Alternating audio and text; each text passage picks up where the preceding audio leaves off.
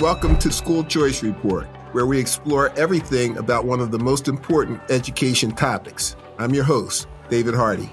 In this podcast, we'll be talking to experts, educators, and parents to get a deep dive into the world of school choice. Whether you're an advocate, skeptic, or just curious, this podcast is for you. So sit back, relax, and let's get started with the conversation.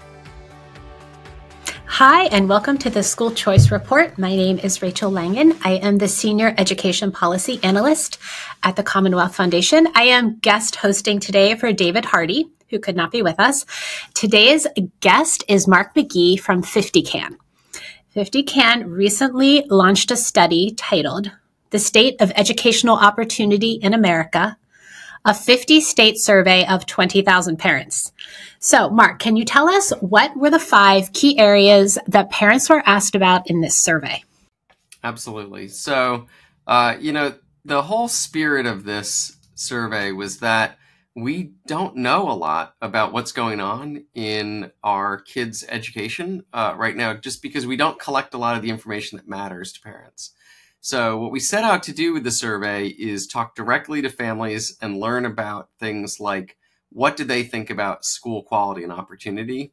What kind of after-school activities are their kids engaged in? Do they feel their kids are ready for college and career? Do they have access to a tutor if their kid's falling behind? Summer programming, mental health support, and what kind of information and engagement are they getting from schools? So those were the 5 areas we were looking in. It ended up being a 71 question survey, which is a lot. And we wanted, the reason we chose 20,000 families is we wanted to be able to have a representative sample in all 50 states. So 400 parents per state was what we were aiming for. Okay. I was actually going to ask you about that, about the sample size and what is considered standard. And I did notice that for Pennsylvania, where I live, there are 405 parents. So that was your goal for each state to have around 400 parents.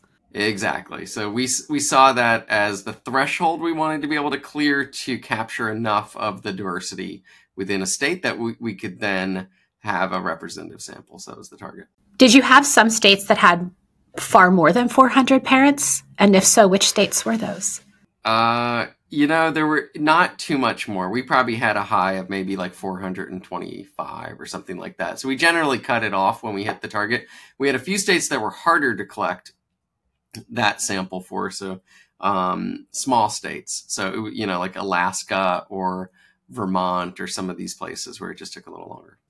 Well, I do hope that listeners will check out this survey in the summary of the podcast notes, because if you click on the survey, you can see the results. And I think it's brilliant the way you picture it with there's circles and there's the colors, and each state is very different. And it really is a great representation to help parents visualize like maybe your home state and how it compares to states around you or states that are similar to your state size, but maybe across the nation. So it's very helpful, I think, to look at the graphic.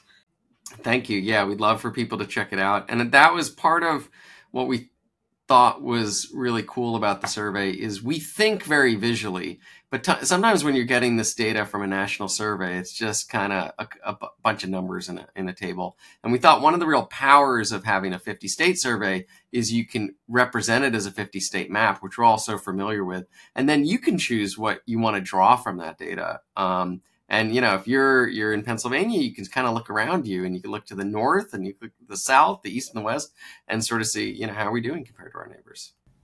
Well, and the fact that one of your key takeaways was that each state is very different from the other states really underscores for me that in America, education is left to the states, so that we each have the opportunity with our state government and local governments to work together to create a better educational system for the students in our location, rather than trying to standardize something across 50 states, which is very, very difficult to do.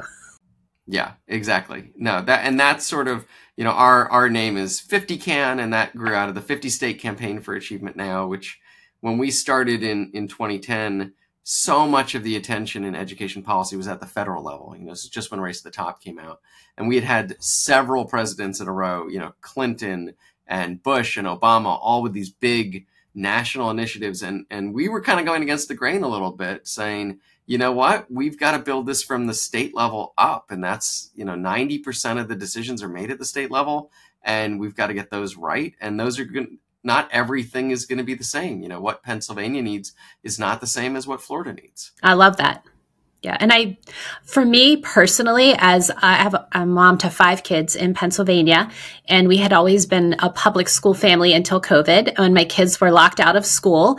And I'm a former public school teacher, and I was always very pro public schools. And when they wouldn't let the kids back in, I changed careers. I call myself an accidental activist or an accidental advocate. It just really fired me up. Like, this is really wrong, what's happening. And it really underscored for me the need to stop using a top-down approach for education, because it's not going to work for every kid. And I was fortunate that I felt like it had worked for my kids up until that point. But suddenly when they couldn't go to school anymore, I was like, this is not working at all. And since that time, we've done, we did a private school, we did a parochial school, we did a micro school. And so and homeschool. It's taken us some time to sort of figure out where we need to land.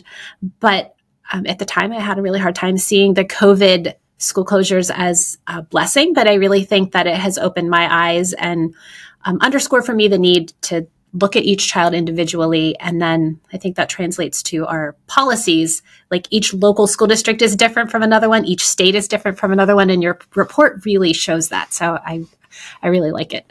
Yeah, I love that. And one of the things I love the way you were talking about the different school choices, because a lot of times we sort of boil this down, and our surveys, if they're limited, have to do that. So we only talk about, for example, traditional public school versus everything else. But because we have a 20,000 person sample, we can actually look at the responses of parents across 8 different kinds of schooling. So we've got traditional public school, we've got public charter school, but we've also got public magnet school, we've got online public school, plus parochial, private, homeschool, and micro school. So that was really fun for us to dig in, because we know, something like micro schooling, haven't had up till now a lot of data on it. Yeah. And we were really surprised what we saw. For an emerging school, and we know a lot of these schools are just getting started, and a lot of times there's things to work out. School satisfaction for micro schools was 15 points above traditional public schools. Volunteering by students was 28 points above traditional public schools. Confidence among parents that their kid is well prepared for college, 19 points. Yeah, and 11 points higher in terms of access to tutoring. So there's a lot that's going right there. Well, I was going to say, I did really appreciate that aspect of it as a mom who had her son in a micro school for 2 years, to look and see the sports engagement for kids who attend micro schools compared to the other schools. Like, you really pull it apart and look at a lot of different aspects. And it was really interesting to me on the other side of it. I really needed this report a couple years ago when I was trying to decide which way to go, but to see how those kids are faring in terms of mental health, tutoring, after school activities, sports, and the different school modalities. And it really helps you to see what's available and what's being accessed in your state. So I think it's really, really helpful for families.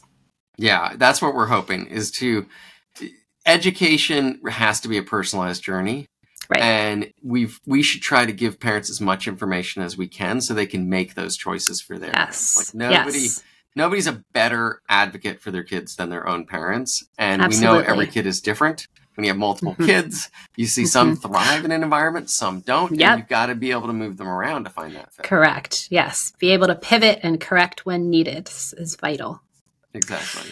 So what was the most surprising or exciting trend that emerged from your survey data?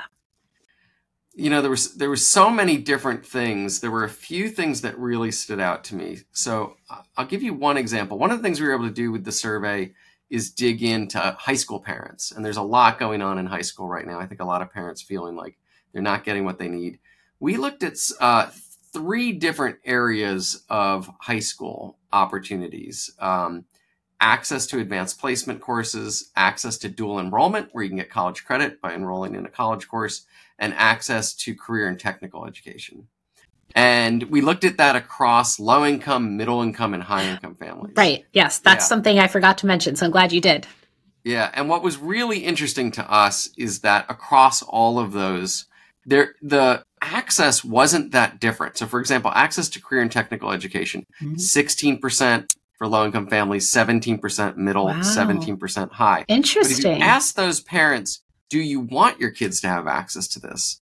It was 71% of low-income families, 74% of middle-income families, and 66% of high-income. Okay. So 3 to 4 times as much. So I think one big thing that came across to us is there's huge unmet demand right now for access to these opportunities, particularly these career pathways. And I think that's something we're going to see a lot more discussion of coming up.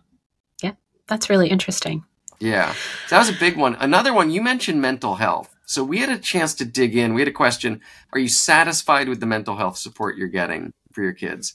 And we sorted that by grade. So we were able to look from parents of kindergartners all the way up to parents of 12th graders. And we were really surprised by this, but maybe we shouldn't have been. The lowest score, the grade, where parents are most frustrated was 9th grade. Yes, and I think that really speaks to that high school transition period. And schools really are not helping kids move from middle school to high school right now. Right. That's a really rocky transition, I think, and always has been. And I think is even more so since COVID. There's just a different set of expectations at middle and high school. And I think that divide is continuing to grow. Absolutely. The kids are caught in the middle. I was in a career and technical high school last week, and I was talking with some students there. And a girl was telling me, during COVID, when we were in middle school, we were all either in masks or online. We lost 2 or 3 years of socializing, and then we were thrown right into high school.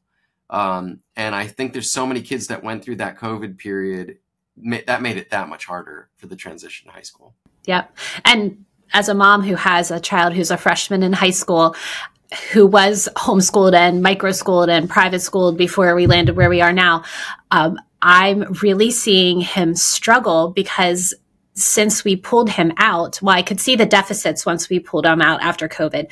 And then once you're homeschooling and microschooling, you're working at the speed of the child. And now he's in a school where he has to work to the speed of the teacher. And he is really struggling in math. So we had to bring in a private tutor. So I was really very interested in that 9th grade section of your report, and also the tutoring, and then also how that, looking back on the microschooling and the homeschooling, how that might have all sort of set us to where we are now. So it's a very, very interesting report. And of course, I'm someone who loves data. So I just love diving into all of that. And I think you probably love data too.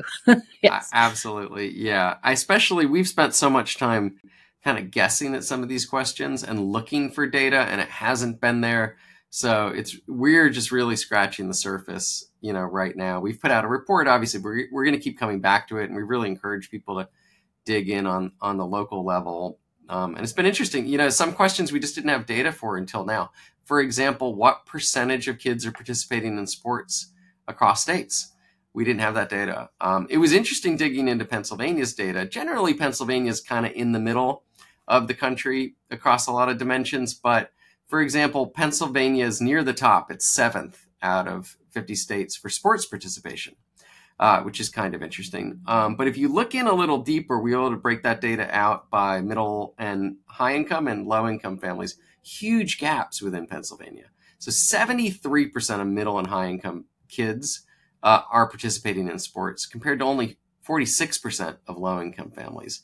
So that's, I think, an example where the data can kind of then guide you to ask better questions.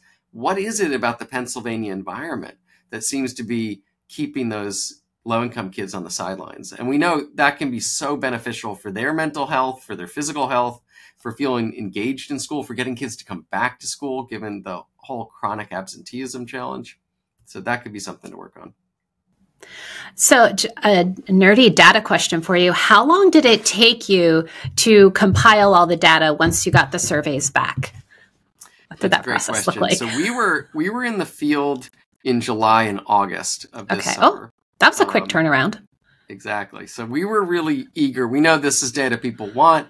We know it's really good to get it out there. So while we were collecting the data, we were actually developing the templates for how to visualize it. Okay. Wow. So basically what we did we have a great graphic designer who's in-house, And she was working on this all throughout the summer. And our survey firm that we were working with, Edge Research, was like, wow, you've already kind of built the report, and now we're going to get to plug the data in. Wow. So our goal was to have the report turned around within 30 days. So Megan Kitchen, our graphic designer, worked straight through September, and we got it out at the end of September. So that is impressive. That's really impressive.